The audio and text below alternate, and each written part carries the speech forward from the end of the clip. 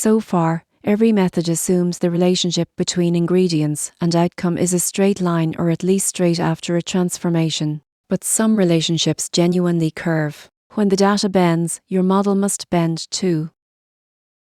A chef adjusting oven temperature versus bread quality. Too cold, the bread is raw. Too hot, burnt. The best result is somewhere in the middle. A straight line can't capture this, it rises forever or falls forever. Polynomial regression bends the line. Degree 2 gives a parabola that peaks at the right temperature. But go to degree 7, and the curve starts chasing noise, fitting every data point perfectly, while losing the real pattern. That's overfitting. The art is choosing just enough flexibility. Instead of fitting one curve to all the data, what if you ask the neighbours? LOWESS fits a local regression at each point using only nearby observations, like consulting the local tasting panel instead of the whole city. A sliding window moves across the data. At each stop, a mini regression fits just the points inside the window.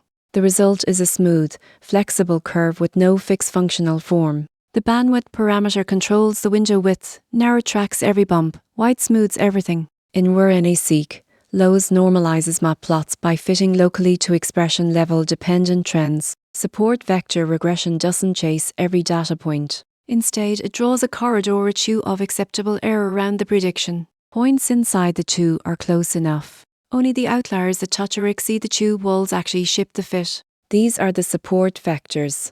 And with kernel functions, the corridor can bend through higher dimensional space. Imagine rolling flatteau into a croissant, the data gets reshaped, so a straight corridor in the new space traces a curve in the original.